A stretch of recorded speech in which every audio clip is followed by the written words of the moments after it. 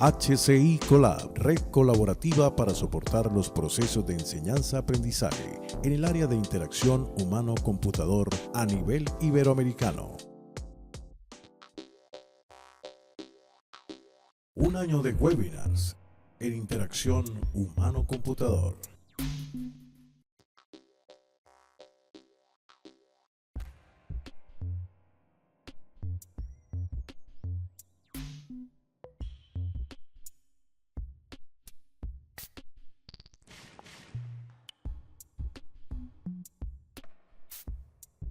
Bienvenidos a esta sección de webinars. Hoy nos acompaña Omar Correa, desde la Universidad de las Ciencias Informáticas, Cuba, con el tema Pensando en mejoras en el proceso de comunicación hombre-computadora, desde la ludicación de la experiencia. Buenos días a todos los amigos. Bueno, muy complacido con la invitación que nos han hecho de este webinar, ¿no? Entonces, quería precisar, ¿están viendo la presentación? Sí, Omar, sí la estamos viendo. Bien, lo que le traemos hoy básicamente es un grupo de ideas alrededor de una línea de investigación, ¿no? Relacionado con cómo pensar en mejoras en procesos de comunicación entre hombre y la computadora desde la ludificación de la experiencia. Ante todo, bueno, quisiera presentarme. Creo que de alguna manera algunos de los que estamos acá en la charla nos hemos visto en diferentes espacios. Pero bueno, ante todo, bueno, llevo algún tiempo ya trabajando desde mi época de estudiante en las temáticas de los sistemas inmersivos y bueno, de alguna forma mis inicios fue relacionado con los simuladores de conducción y de entrenadores. Y alrededor de esto, bueno, hemos tenido que trabajar en diferentes temáticas, tanto de la computación gráfica como de llegar al punto del diseño de sistemas inmersivos, videojuegos y un grupo de proyectos relacionados con esta área de conocimiento y que buscando siempre también no solamente la cuestión del ocio, sino buscando la cuestión de los videojuegos serios como término académico acuñado para buscarle el impacto más allá de solamente el ocio, sino el impacto en el tratamiento de enfermedades o en el aprendizaje de cualquier materia. Y alrededor de este tema, bueno, y la colaboración con diferentes investigadores internacionales ha permitido de alguna forma fomentar esto en el país y colaborar en lo posible por desarrollar esta temática. Yo considero y traigo como primera, digamos, diapositiva relacionada con el tema. El aspecto de cómo combinar el mundo virtual, el mundo real, es el elemento que de alguna manera la interacción hombre-máquina siempre ha tenido presente, buscando incluso cómo fundirlos, ¿no? Hay diferentes perspectivas de paradigmas, por supuesto me referiré a los que más, de alguna manera, más conozco, pero la cuestión está en que tenemos la realidad virtual como algunos de los paradigmas que permiten esta combinación, tenemos la realidad aumentada, tenemos también la virtualidad aumentada, que son experiencias de usuario que quizás en el pasado no han sido muy exitosas, pero que pudieran tener digamos, un despertar con la evolución que han tenido en los últimos tiempos los escáneres tridimensionales en tiempo real.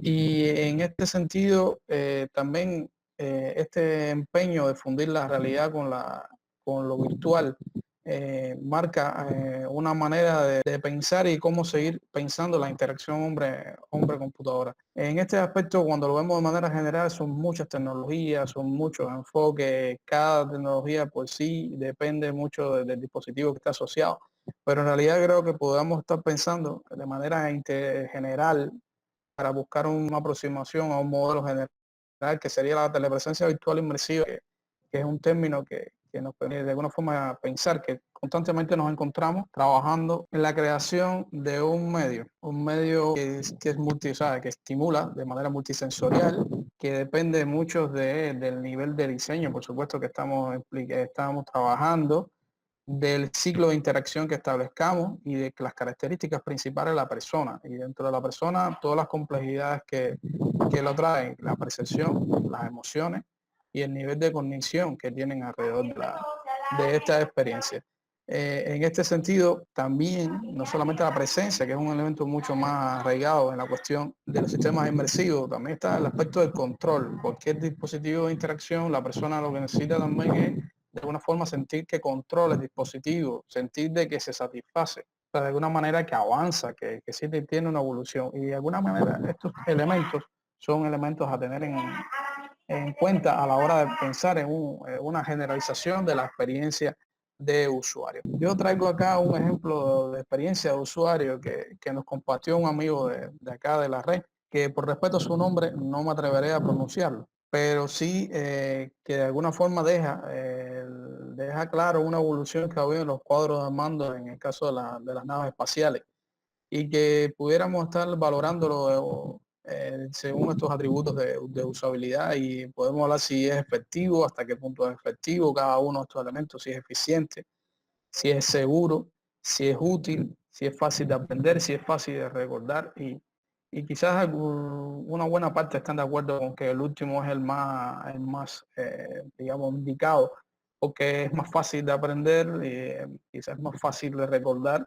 La cuestión estaría quizás en cuán seguro y ahí entra la confianza en todos los diseños de software y de sistemas, ¿no? Pero bueno, este ejemplo nos pone en tela de, digamos, de análisis de qué es lo que estamos buscando con una experiencia de usuario y efectivamente mejorar la comunicación. Si vamos un poco a un nivel de tracción mayor de una experiencia de usuario, estaríamos viendo que entre un ejemplo y otro varían sustancialmente las características del sistema, varía sustancialmente las características del usuario. Todos estos elementos, tanto de la parte del sistema como la parte del usuario, conforman junto con con el medio, el ecosistema para la interacción. Y a veces creo que el ecosistema es un elemento que en ocasiones puede quedarle en la saga, ¿no? De que todo lo que rodea el proceso de interacción, más allá no solamente del tema del usuario y del sistema en sí. Entonces, de alguna forma, cuando analizamos un modelo de comunicación, tenemos, bueno, pues, constantes señales en la computadora y la persona. Y estas señales están constantemente, digamos, influidas, de alguna masificadas en algún momento o al mismo tiempo afectadas, y es la palabra correcta, afectadas por diferentes ruidos que pueden venir no solamente del ambiente, sino de los factores humanos que pueden estar, como es el caso de la discapacidad, que es algo que nos comentaba el profesor que nos precedió. Puede estar dado también por el factor de la computacional, ¿verdad? ¿Qué dispositivos de interacción, si es intuitivo o no, si el InMotion puede ser o no intuitivo o es ergonómicamente factible para una persona con discapacidad visual. Y de alguna manera estos elementos son ruidos en el proceso de interacción hombre-máquina. Si pensamos de que existen ruidos, entonces de alguna forma el modelo de comunicación mejoraría en la medida que seamos capaces de suprimir esos ruidos. Y en ese aspecto la ludificación son elementos interesantes a tener en cuenta. Y acá yo traigo tres teorías, que son teorías que de alguna forma creo que pueden ayudar a mejorar la experiencia y el modelo de comunicación entre la persona y la computadora. Esta es la de la teoría del flow, que todos lo conocemos desde el punto de vista de los videojuegos, ¿no? Que es el nivel de estado de una persona se puede mantener en un videojuego o en cualquier actividad que reporte satisfacción, pues no solamente en el área de los videojuegos. Se puede mantener a medida que el reto que le coloque a la persona esté en correspondencia con sus habilidades. Y si digamos, si se logra efectivamente este nivel de balance, la persona puede transitar en un estado de motivación y digamos de satisfacción y al mismo tiempo esto lo puede llevar a avanzar en la experiencia de usuario si lo contextualizamos en lo que estamos avanzando. Si no vamos por encima, si el reto está por encima de las habilidades y la experiencia de usuario que le estamos colocando, como es el caso del cuadro de mando de los primeros dos imágenes que le mostramos de las naves espaciales, por supuesto el reto es mucho y las personas necesitarían mucho más tiempo y al mismo tiempo frustración en ese sentido. Si está por debajo de la experiencia, por debajo del nivel el reto está por debajo de las habilidades de la persona estaría en un estado de aburrimiento y demás. Y entonces la cuestión estaría como de manera adaptativa lograr este tipo de equilibrio desde cualquier diseño de experiencia de usuario que pensemos, ¿no?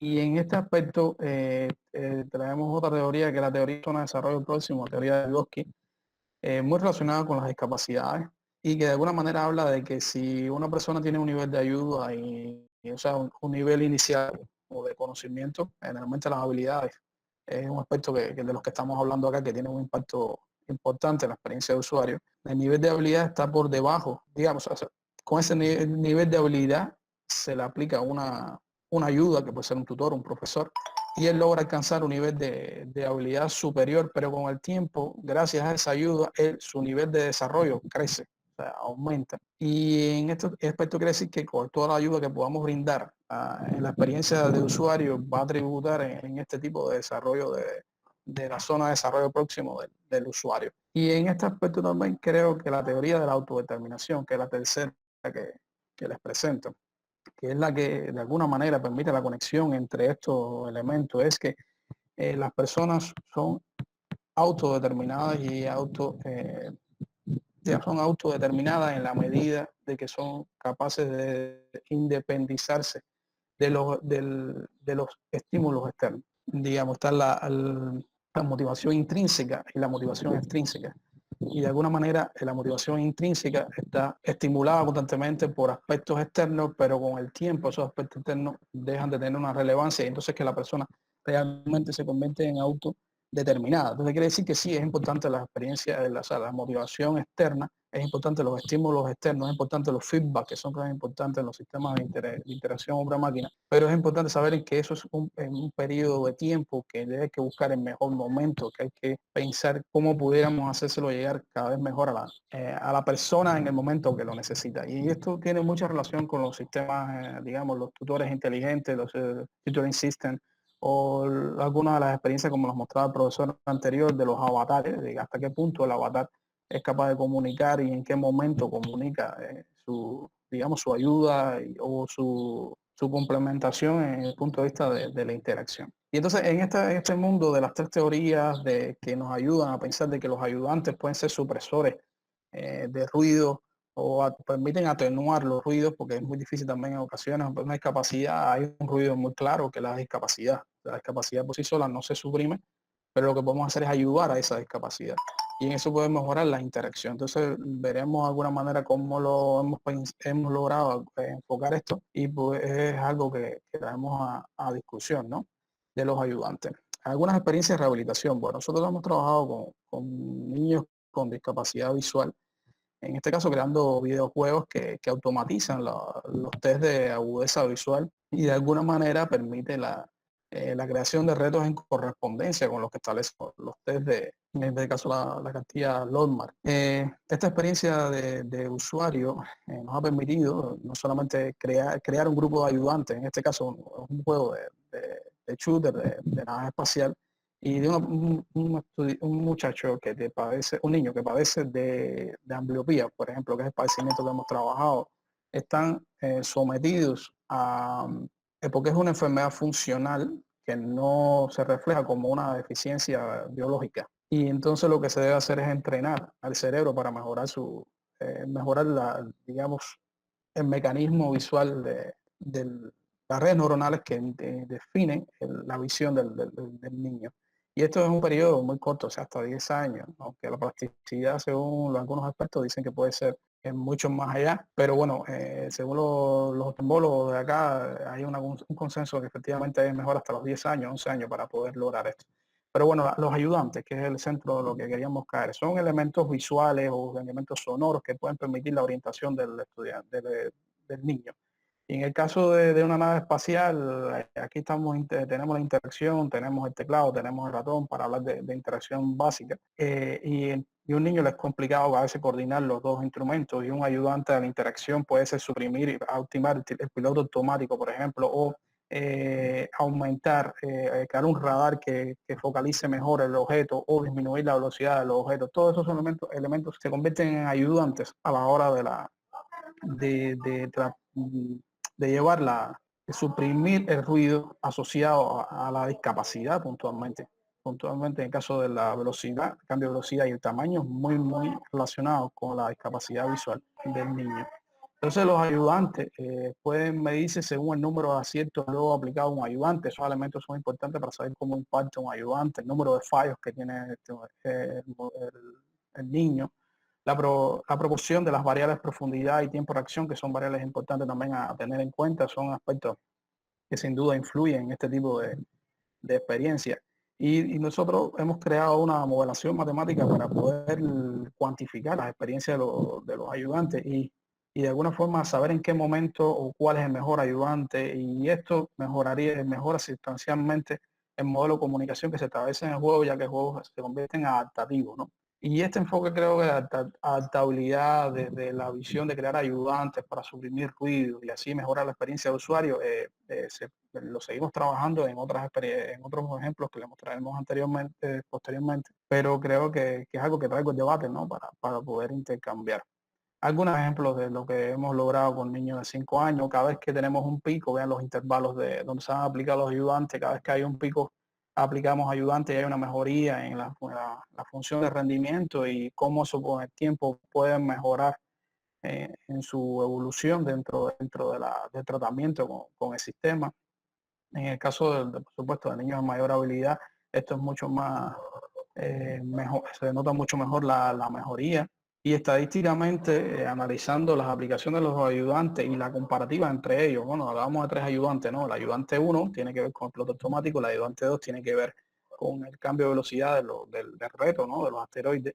Y el ayudante tiene que ver con la focalización, o sea, en este caso, un elemento virtual que aumenta el tamaño del objeto. Y la comparativa entre estos nos da que hay diferencias significativas entre los ayudantes y que efectivamente los ayudantes 2 y 3, que son los que tienen que ver con el padecimiento, o sea, son los que más ruido suprimen relacionado con el proceso de interacción. Y estos dos son los que mejores comparativas tienen con respecto al uno. Sin embargo, entre ellos dos es súper interesante como que no hay diferencia significativa y esto se debe a que el cambio de velocidad y tamaño están trabajando sobre una de las variables que afectan al niño, que es el tamaño del objeto que está visualizando. Y entonces en este caso ellos tienen digamos que tienen similares niveles de impacto y están en correspondencia con estudios incluso clínicos que hablan de este tipo de percepción o sea, de efecto visual. Otras experiencias que queremos coger después de alguna manera con sus estudiantes es algún test que nos permite de alguna forma aplicar esta heurística y saber hasta qué punto la experiencia del usuario en mecánicas de juegos complejas como es el caso de mecánica de Flappy Bird, cómo puede comportarse, ¿no? La aplicación de diferentes tipos de poderes, ¿no? Y esto es un test que luego les compartiré y le agradecería muchísimo que los estudiantes lo usaran, ustedes mismos interactuaran con él y contribuyeran a esta investigación que trabaja más en la cuestión de mejorar la experiencia del usuario. Otros trabajos relacionados con los entrenadores virtuales, también en este caso de investigaciones que hacemos con la Universidad de Kazán de Rusia, que llevamos algún tiempo trabajando y que, bueno, de alguna forma también estamos trabajando sobre la mejora de la experiencia de usuario desde este enfoque de modelo, ¿no? Y otra que yo creo que es también de los temas que gustan mucho cuando uno realiza el tipo de trabajo es tratar de entonces cómo nosotros podemos mejorar ese modelo de comunicación utilizando elementos virtuales, pero sabiendo todos estos elementos sin aspectos de la experiencia de usuario en un contexto como en las terapias de relajación, en este caso un grupo de ancianos con los cuales hemos trabajado a través de acuarios virtuales generados por estudiantes, lograr el objetivo, ¿no? Que es que se relajen y tengan una experiencia de usuario interesante en un contexto de terapia de relajación. De alguna manera, estos son los elementos que traíamos hoy. Creo que mucho camino por andar en los temas de cómo mejorar el modelo de comunicación. Solamente les traemos algunas ideas que hemos ido trabajando y que de alguna manera nos van dando indicios de que es posible desde este enfoque de buscar ayudantes y crear ayudantes automáticos y para lograr que la experiencia de usuario sea cada vez mejor. Bueno, muchas gracias por su tiempo. Vale, muchas gracias Omar por tu interesante charla y tu perspectiva de lo que están haciendo en Cuba, que es muy interesante. Yo abrí la sesión de preguntas, no tengo ahí, pero bueno, yo tengo un par de preguntas. Una es con respecto a la experiencia de usuario y sobre todo con el proyecto que están trabajando con personas adultas.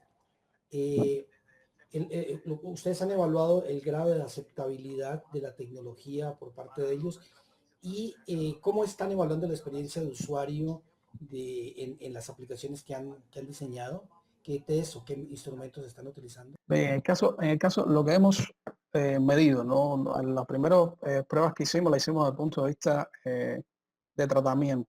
¿no? O sea, de la terapia. Buscando el nivel de aceptación sobre la base de preguntas y respuestas, en este caso sin ningún instrumento formal, porque fue exploratorio, estudios de caso básicamente. Es un trabajo en proceso.